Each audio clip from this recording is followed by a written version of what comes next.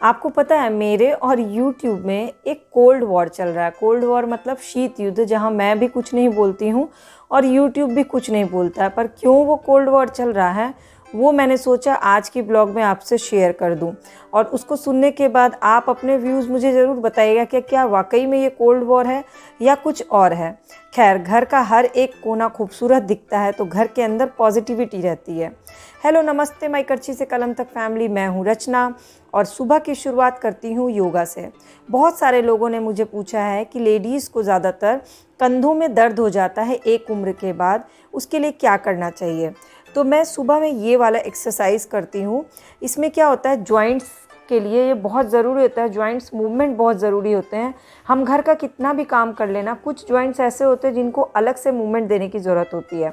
तो ये दोनों साइड से, एक बार राइट साइड से 10 और 15 बार घुमाना होता है और एक बार लेफ़्ट साइड से। जब आप दोनों साइड से अपने जॉइंट्स को इस तरह से मूव करते हैं ना, तो आपके जॉइंट्स में बहुत अच्छा मूवमेंट होता है और जॉइंट्स की जो प्रॉब्लम होती है वो नहीं शुरू होती। और जिन लोगों को हल्की फुल्की प्रॉब्लम है वो भी इसे स्लो मोशन में कर सकते हैं ताकि प्रॉब्लम और बढ़े ना। अगला जॉइंट होता है हमारा ये, जिसे हम कहते हैं ना कोहनी। कोहनी के लिए आपको ये वाली चीज़ें करनी चाहिए। और हमारा तीसरा जॉइंट जो होता है वो हमारी हथेलियों के पास होता है, तो उसके लिए भी 10 to 15 टाइम्स राइट साइड से और 10 to 15 टाइम्स लेफ़्ट साइड से।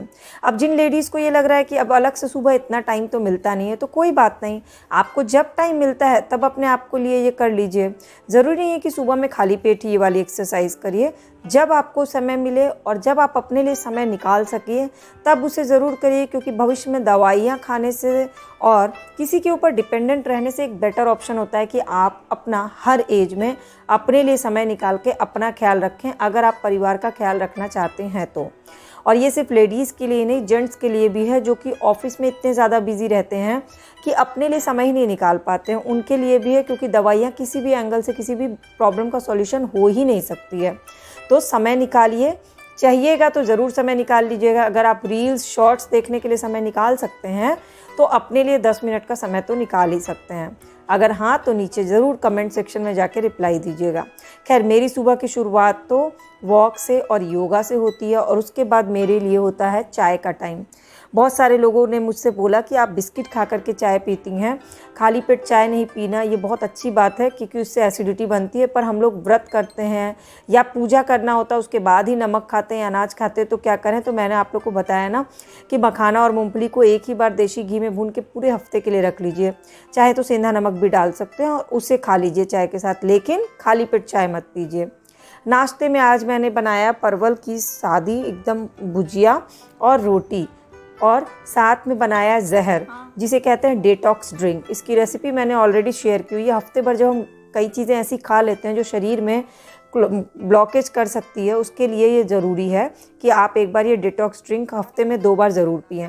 इसके बाद मैंने सारी चीज़ें आज भिगाई हैं, जैसे चना, मूंग, लोबिया, मूंगफली, बादाम। बहुत दिन से ये हम लोग का मिस हो रहा था, ये प्रोटीन के लिए बहुत ज़रूरी होता है, तो उसको भिगा दिया क्योंकि एक दिन इसको अंकुरित होने में लगेगा।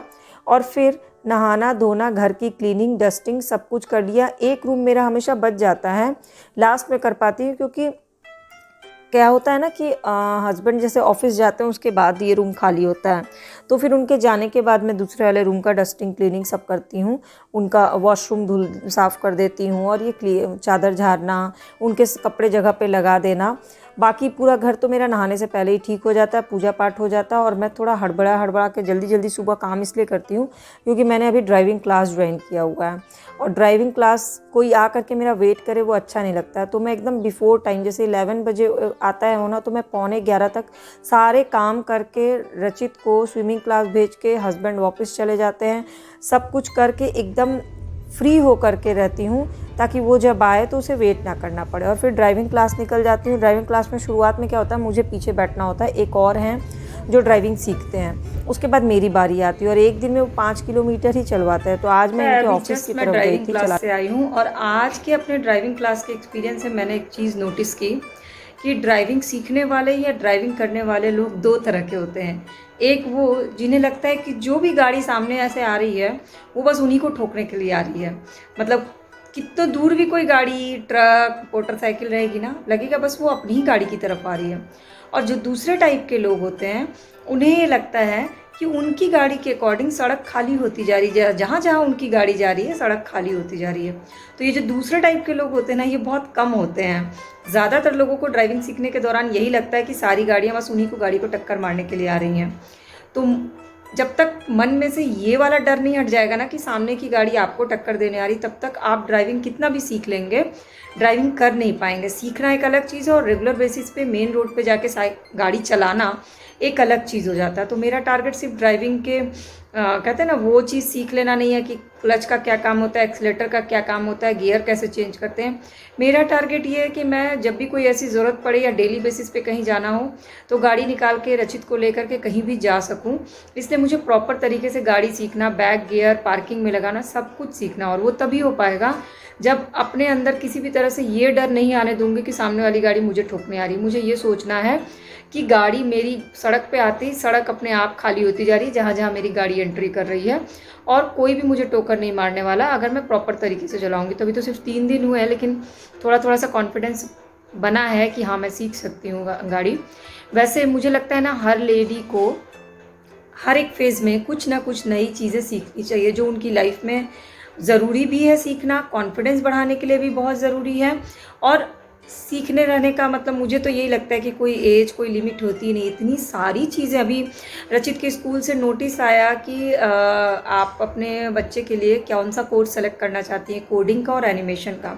तो मेरे दिमाग में बच्चा आया ही नहीं, मेरे दिमाग में ये आया कि मुझे क्या सीखना है, क्योंकि मुझे बहुत टाइम से एनिमेशन सीखने का मन है ताकि मैं एनिमेटेड वीडियो बच्चों के लिए बना सकूं।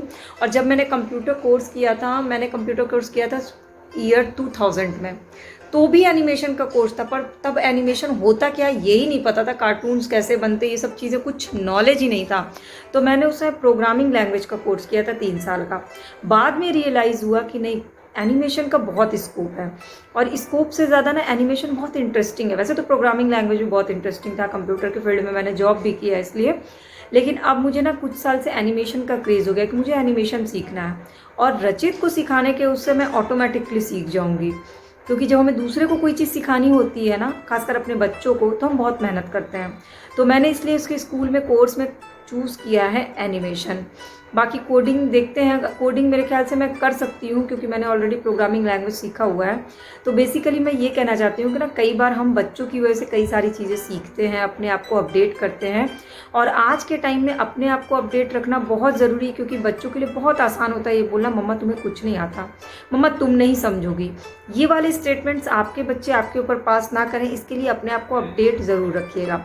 तो अब आज की ब्लॉग में और क्या क्या है ये तो ब्लॉग पूरी देखने के बाद पता चलेगा। और जब ब्लॉग पूरी देख लीजिएगा तो आपको इंटरेस्टिंग लगी होगी, तभी पूरी देखिएगा। तो फैमिली के परमानेंट मेंबर बन जाइएगा सब्सक्राइब बटन क्लिक करके, बेल आइकन प्रेस करके। हाँ, तो मैं कह रही थी ना कि मेरे और यूट्यूब के बीच में कोल्ड वॉर चल रहा है। ड्राइविंग क्लास से आने के बाद रचित अभी आया नहीं था, तो मैंने अपना किताबें निकाल के पढ़ना शुरू किया, क्योंकि मैं जो भारत को जानो और पढ़ाई का क्लासेस लेती हूँ और वीडियो बनाती हूँ ना, उसमें इस बार का टॉपिक मैंने पार्लियामेंट लिया है, संसद लिया है। संसद के बारे में पढ़ते पढ़ते मुझे यही ध्यान आया कि यूट्यूब में एक फिक्स है कि आपको अपने चैनल बनाते समय एक कैटेगरी चूज़ करना होता है, चाहे ब्लॉगिंग हो, चाहे म्यूज़िक हो, कॉमेडी हो, डांस हो, या फिर आप हेल्थ से रिलेटेड हो, फैशन या ब्यूटी हो, इंटीरियर डेकोरेशन हो। ऐसे बहुत सारी कैटेगरीज़ हैं, साइंस टेक है, न्यूज़ है, किड्स एजुकेशन है। मेरे साथ क्या है कि मेरे चैनल का नाम ही है करछी से कलम तक। मेरा टारगेट ही है ये चीज़ को प्रूव करना कि ज़रूरी नहीं है कि जो लोग पढ़ते हैं वो कुकिंग नहीं कर सकते, या जो कुकिंग करते हैं वो यूपीएससी आईएएस की तैयारी नहीं करा सकते हैं, या बच्चों के एजुकेशन नहीं दे सकते, तो और जो देते हैं वो डांस नहीं सिखा सकते हैं। तो मेरी जितनी भी हॉबीज़ हैं उन सारे कैटेगरी को, यूट्यूब के ऑलमोस्ट ऑटोमोबाइल कैटेगरी छोड़ दिया जाए तो सारे कैटेगरी को कवर करते हुए मैं वीडियो पोस्ट करती हूँ। सारे एज ग्रुप के लिए वीडियो पोस्ट करती हूँ, चाहे वो बच्चों का एजुकेशन हो, बच्चों का आर्ट एंड क्राफ्ट हो, बच्चों के लिए डांस हो, या फिर लेडीज़ के लिए कुकिंग रेसिपी हो, इंटीरियर डेकोरेशन हो, या फिर सबके लिए हेल्थ इश्यूज़ हो, स्किन केयर हो, ब्यूटी टिप्स हो, फैशन डिज़ाइनिंग, और साथ ही साथ और भी बहुत सारी एक्स्ट्रा चीज़ें हैं जो मैं आपके लिए डे टू डे लाइफ में रोज़ पोस्ट करती हूँ। और इसलिए मैंने आपके लिए कैटेगरीज बना के रखी है, सेहतमंद सोमवार, मोटिवेशनल मंगलवार, पोइट्रीज शेयर करती हूँ, स्टोरीज शेयर करती हूँ, और बच्चों के लिए एजुकेशनल वीडियो शेयर करती हूँ, मतलब मैं जितनी चीज़ें हॉबीज़ के तौर पे करती हूँ वो सब करती हूँ, लेकिन यूट्यूब उसे प्रमोट नहीं करता। वरना जिस हिसाब से मैं कंटेंट पोस्ट करती हूँ ना, अब तक मेरे बहुत सारे सब्सक्राइबर होते हैं मेरे। आप वीडियोस में देखा होगा, किसी वीडियो में 50 व्यूअर हैं, किसी में 1 मिलियन तक व्यूज़ हैं। क्यों? क्योंकि कैटेगरी इतनी अलग अलग है ना कि मेरे सब्सक्राइबर भी कंफ्यूज हो जाते हैं शायद कि मेरा चैनल किस चीज़ से रिलेटेड है, इसलिए शायद वो सब्सक्राइब नहीं करते हो। और ये एक तरह का कोल्ड वॉर मेरे और यूट्यूब के बीच में चल रहा है। बहुत सारे लोगों ने मुझे सजेशन दिया कि सारे कैटेगरीज़ को अलग अलग करके अलग अलग चैनल बना के पोस्ट करो, बट उससे मेरा टारगेट नहीं अचीव होगा। मेरा टारगेट ही है ये प्रूव करना कि एक ही चैनल के थ्रू मैं, जैसे टीवी में एक रिमोट होता है ना, जिसमें आप अपना सेलेक्ट कर लेते हैं अपने अकॉर्डिंग एंटरटेनमेंट और फिर नॉलेज सारी चीज़ें, वैसे ही मैंने भी अपने चैनल पे अलग अलग प्लेलिस्ट बना के रखा है। आप अपने अकॉर्डिंग चूज़ कर सकते हैं कि आपको कौन सा प्लेलिस्ट देखना है। आपको वेज रेसिपी देखना है, नॉन वेज देखना है, स्वीट डिश देखना, अचार बनाने की रेसिपी देखना, आपको डांस देखना है, आपको एक्टिंग या कॉमेडी देखनी है, आपको बच्चों के एजुकेशन देखना, बच्चों के लिए ड्राइंग देखनी है, आपको इंटीरियर डेकोरेशन का देखना है, या फिर आर्ट एंड क्राफ्ट का देखना है, या फिर हेल्थ से रिलेटेड, स्किन केयर से रिलेटेड, हेयर एंड केयर से रिलेटेड ब्यूटी टिप्स देखनी है, fashion designing, dress designing, stitching, कढ़ाई, सिलाई, वो आप अपने अकॉर्डिंग जाके मेरे चैनल के प्लेलिस्ट पे, या यूपीएससी की तैयारी कर रहे हैं उसमें प्री का देखना है, मेंस का देखना है, इंटरव्यू का देखना है, या नॉर्मल गाइडलाइन चाहिए, सब की अलग अलग मैंने ऑलमोस्ट 75 प्लेलिस्ट बना के रखी है। पर शायद आप लोग इसे नहीं समझ पा रहे हैं, या फिर यूट्यूब इसे नहीं समझ पा रहा है। यूट्यूब भी ये चाहता है कि मैं चैनल को अलग अलग बांट लूँ, जो कि मैं नहीं कर पा रही हूँ और ना मैं करूँगी। मुझे अपने आप को प्रूफ करने में शायद थोड़ा ज़्यादा समय लग जाए, पर मैं जो सोची हूँ, मैंने जो सोचा है, मैं वो ही कर रही हूँ। और मुझे ये अच्छा लग रहा है। मैं कंटेंट इसलिए नहीं बनाती हूँ कि मेरे व्यूअर्स खूब ज़्यादा बढ़ जाए। मैं कंटेंट सेल्फ के लिए बनाती हूँ कि आज मैंने कुछ नया क्या सीखा और मैं दूसरों के लिए किस तरह से कुछ और चीज़ें। और भारत सरकार ने मेरी वीडियोस को ऐसे ही मान्यता नहीं दे दी थी कोविड टाइम में, तो मेरी मेहनत है तभी तो वो मान्यता मिली थी ना। खैर, ये कोल्ड वॉर तो चलता रहेगा। आज मैंने करेले का बचका या कतरा बनाया, बहुत टेस्टी, बहुत कुरकुरे बने थे। इसकी रेसिपी मैं शॉर्ट्स में शेयर कर रही हूँ। और इसके बाद मैंने शाम के लिए पहले से ही मैंगो शेक बना दिया। आज बेल का शरबत भी बनाया था, बट शाम के टाइम में आज सोचा चाय नहीं पियेंगे तो मैंगो शेक पहले से बना के फ्रिज में रख दो ना, तो बहुत अच्छा लगता है। तो 3 ग्लास मैंगो शेक बनाया। दाल में आज मैंने बनाई चने की दाल, क्योंकि मैंने आप लोग को कई बार बोला है कि सप्ताह के 7 दिन दाल प्रोटीन होता है और खाना बहुत ज़रूरी होता है। लेकिन ज़रूरी नहीं कि आप एक ही तरह से आप उसे खाइए, आपको क्या करना होता है, रोज़ अलग अलग दाल खाना होता है। तो और जब चने की दाल बनाते हैं ना, चने की दाल भी कई तरह की बनती है। एक तड़का दाल बनता है, एक लौकी डाल के बनता है, और एक सांभर मसाला डाल के बनता है। तो आज मैंने सांभर मसाला डाल करके दाल बनाया और रचित ने खाते ही बोला आज की दाल बहुत टेस्टी बनी है। तो मेरा मोटिव सिर्फ ये बताना है दाल के बारे में कि इंग्रेडिएंट सबके किचन में वही होते हैं, लेकिन हमें क्या करना होता है, उसे थोड़ा सा चेंज कर करके बनाना होता है। खुद के लिए भी, खुद को भी अच्छा लगता है कि हमने कुछ नया किया, और जो खा रहे हैं उन्हें भी अच्छा लगता है कि आज कुछ नया खाया। अब जैसे हम वो जो बनाते हैं ना, लौकी का कतरा या बचका जिसको बोलते हैं, नॉर्मली लोग लौकी या आलू का बनाते हैं, करेले का नहीं ट्राई करते हैं। मैंने सोचा आज करेले का ट्राई कर लेते हैं, कड़वा ना लगे उसके लिए सारा जुगाड़ भी कर दिया। नमक और नींबू और हल्दी डाल के करेले को छोड़ दिया था, फिर गार के फिर उसी बेसन के बैटर में उसको फ्राई किया। चने का दाल गलने में थोड़ा ज़्यादा समय लगता है, इसलिए पहले ही गर्म पानी में भिगा दिया था। चावल बना लिया। और ये जो बचका या कतरा बनता है ना, इसके साथ प्रॉब्लम बस ये है कि ये गरम गरम ही खाने में अच्छा लगता है।